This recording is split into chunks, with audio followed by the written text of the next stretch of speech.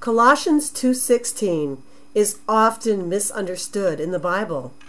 Let's read it. Let no man therefore judge you in meat or in drink or in respect of a holy day or of the new moon or of the Sabbath days, which are a shadow of things to come, but the body is of Christ. Now, when it says, let no man therefore judge you, who are we talking about? Who is that man? Well, we find out by looking at other verses. Now, let's start on verse 4. It says, and this I say, lest any man should beguile you.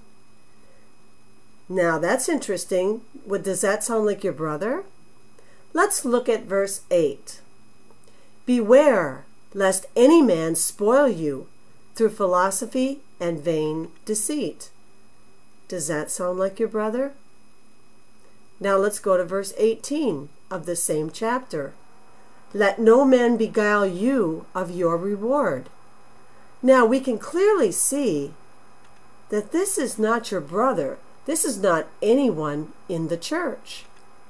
So if we go back to that verse, let no man therefore judge you in meat or in drink or in respect of a holy day, or of the new moon or the Sabbath days. That man is not someone in the church. That is someone outside the church. That is a heathen. This is in the church of Colossae, which is in Asia Minor. So this is not your brother. Now, let's look at verse 17 to help understand verse 16.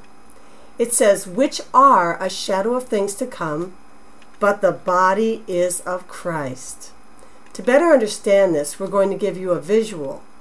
We're going to put these things we talked about, meat or drink, respect of a holy day, or of the new moon or the Sabbath days, in the shadow. Because every shadow has a body. And as verse 17 says, the body of this shadow is the Messiah, Christ.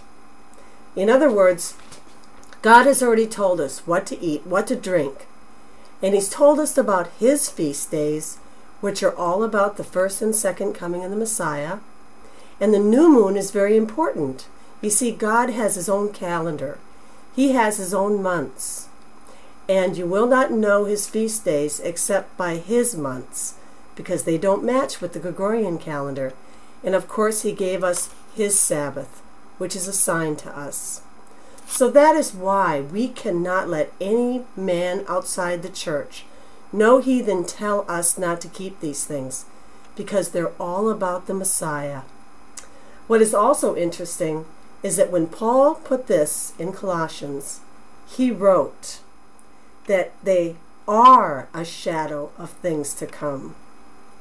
That means they still are. Jesus had already died on the cross and rose from the dead, and they're still a shadow of things to come, because you know what?